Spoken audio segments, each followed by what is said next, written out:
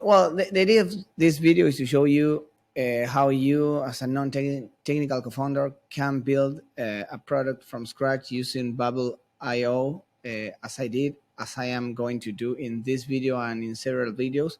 So this is not going to be like a step-by-step of how you can build your product, but I'm gonna show you how I am going to build a product, a new one, a product that I don't have, so that you can see how I go through the different problems that I have. Sometimes I'm gonna go faster, so this is not a tutorial. It is full of tutorials out there on YouTube to learn how to use Bubble. So okay, let's start from the beginning.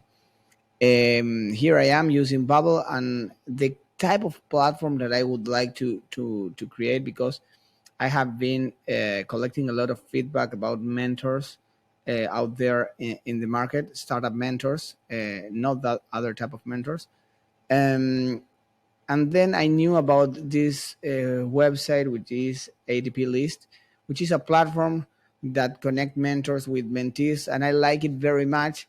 I have a different idea of how to build something similar, so I am going to move forward from here. As you can see here in this platform, you have like two roles or two type of people: the mentors, who are the people that are going to help you with whatever, and the mentees, who are persons that need help with whatever. So the first thing that I have to do is come here into Bubble, go to my project. Here is my project, and start creating my database. uh, so I then can build up the user experiences above that database. Okay, I have been organizing the database a little bit. So here I have these tables: the company stage, roles, user, type of founding, and I can still keep on adding more tables. And right now here you have like the the the fields of these tables. So, for example, in the users, as I told you, I am creating something similar to ADP list, where you have mentors and mentees. So the user will have a first name, a last name, which is a text. I add it like this: first name, and then I put it text, last name.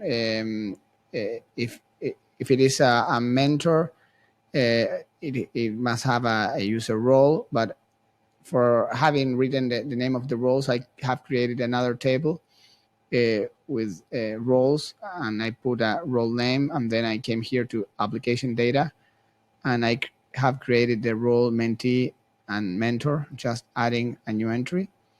This is, I mean, you will learn about this doing a lot of tutorials, but I am just showing you in a very straightforward and fast way.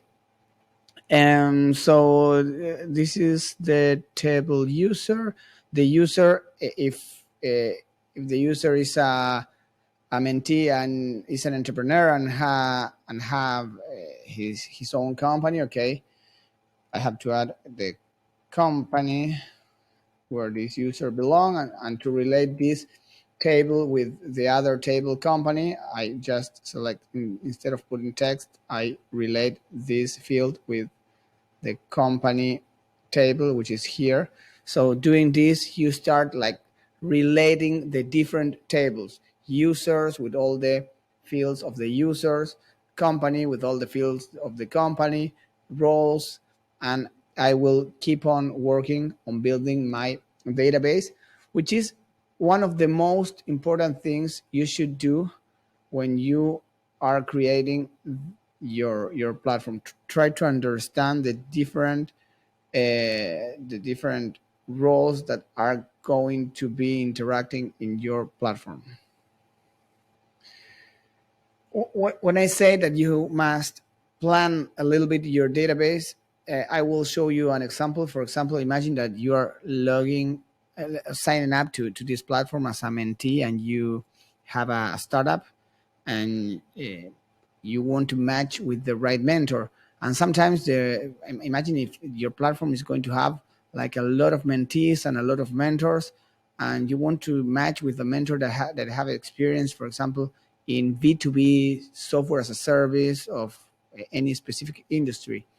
So I mean, you must add that type of industry where your startup is located at your company profile, for example.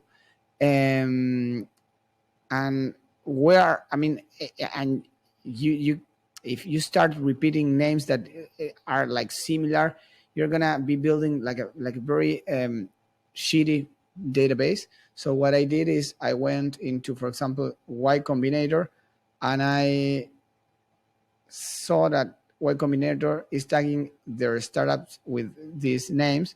So what I am going to do, for example, just to show you, I will add these startups, um, these startup sectors into our database. And I am going to do it here, like startup industry.